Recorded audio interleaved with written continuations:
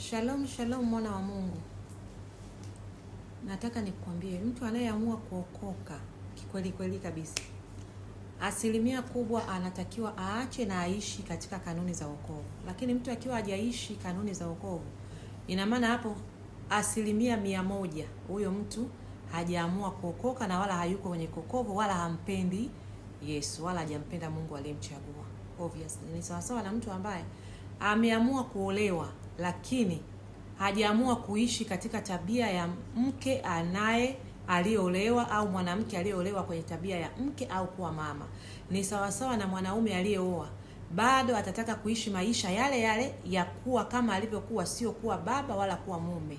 Hiyo sasa unakuta bado huyo mtu hajaokoka kwa sababu hajataka kuishi katika amri 10 za Mungu, na huyo mtu hajaolewa bado anataka kuishi kama alivyokuwa anaishi bachelor, na huyo mtu hajaoa bado anataka kuishi kama alivyoishi bachelor. Hivyo basi tabia yako ndio itakayokuletea majibu ya maisha yako ya baadaye katika kiroho chako na katika maisha yako ya kimwili. Hivyo Mungu akubariki sana uweze kuchanganua na kujua mambo kabla mabaya hayajatukia, kabla Mungu hajakuacha na kabla hujaleta athari kubwa zaidi katika labda ndoa yako.